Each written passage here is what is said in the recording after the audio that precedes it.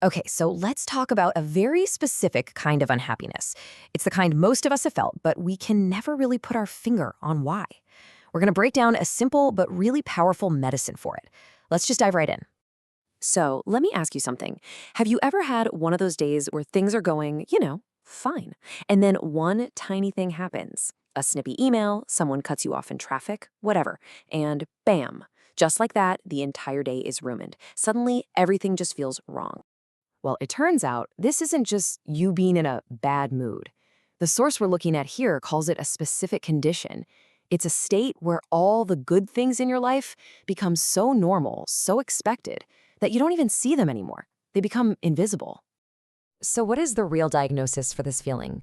Because it's probably not what you think. It actually has a name. It's called happiness insensitivity. And just think about what that means for a second. The problem isn't that you don't have good things in your life. It's that you've become insensitive to them. You've gotten so used to the good stuff that you treat it as the baseline, as zero. And if all the good is zero, the only things that register on the scale are the negatives. And that leads to this really crucial idea. The fix isn't about chasing some new, shiny thing or trying to overhaul your entire life. Nope, it's an inside job.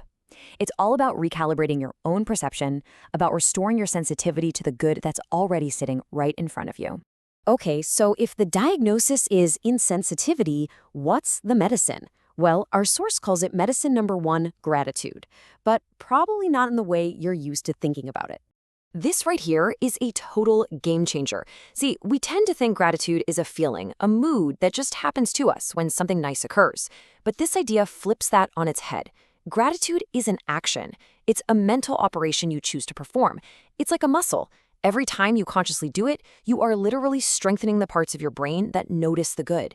You don't wait for it, you build it. And this shows that mental shift perfectly. On the left, that's the default setting for an unhappy mind, right? Always scanning for what's missing, what you've lost. But on the right, that's the gratitude switch. It's a conscious decision to flip your focus over to what you already have, what's keeping you safe, what you've already been given. This whole idea of an active switch just completely changes the game. It really gets to the heart of this huge myth we all seem to fall for about how happiness works. I mean, come on, we all live here sometimes, right? In the if-then trap. If I just get a promotion, then I'll be happy. If my life was just perfect, then... But the source points out this is a hamster wheel. It's an endless chase. Because the moment you get the one thing, your brain is already looking for the next thing that's wrong. But contrast that with a totally different kind of happiness. One that's available to you right now. It doesn't cost anything. It doesn't require you to achieve anything. It's found in the simplest realities. The fact that you can see, the fact that you can breathe, that you have a place to sleep tonight. These aren't goals to hit, they're realities to notice. And that's really what it all boils down to. The fastest way to feel better isn't to add something new to your life, it's simply to notice what is already in it. It's a shift from chasing to awareness. All right, so this all sounds good in theory, but how do we actually do it? How do we put it into practice? Well, the source gives us a super clear, really simple 3-minute daily prescription. Here it is, just 3 steps.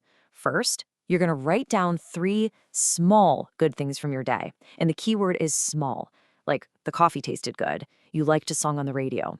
Second, pick one and actually say thank you out loud. Saying it makes it real. It helps your brain log it. And third, and this is important, this isn't about blocking out negative thoughts.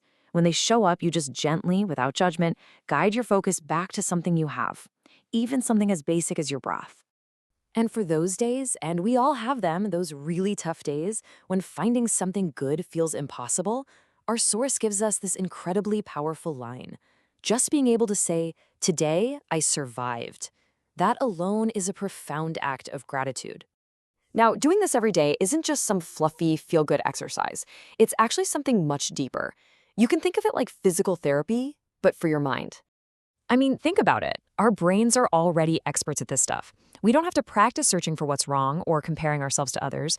Those neural pathways are like superhighways carved deep into our minds from years and years of use. And that is exactly why this daily practice is so critical. It's a workout, it's rehabilitation. You are intentionally training the opposite set of mental muscles. You're carving new pathways in your brain, ones that are wired to notice the good. It's legit brain training. Now, a little heads up. If you're really dealing with happiness insensitivity, this might feel flat or even a little silly at first. That numbness doesn't just disappear overnight. But the source is clear. If you stick with it, if you're consistent, what you actually see and feel day to day will begin to change. And you know what? There's no reason to wait. We can put this into practice right now. Your first dose of this medicine can be taken right here. Just take a second. You don't have to feel some huge wave of emotion.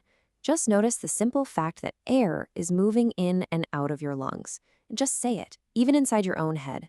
I can breathe. Thank you. That's it.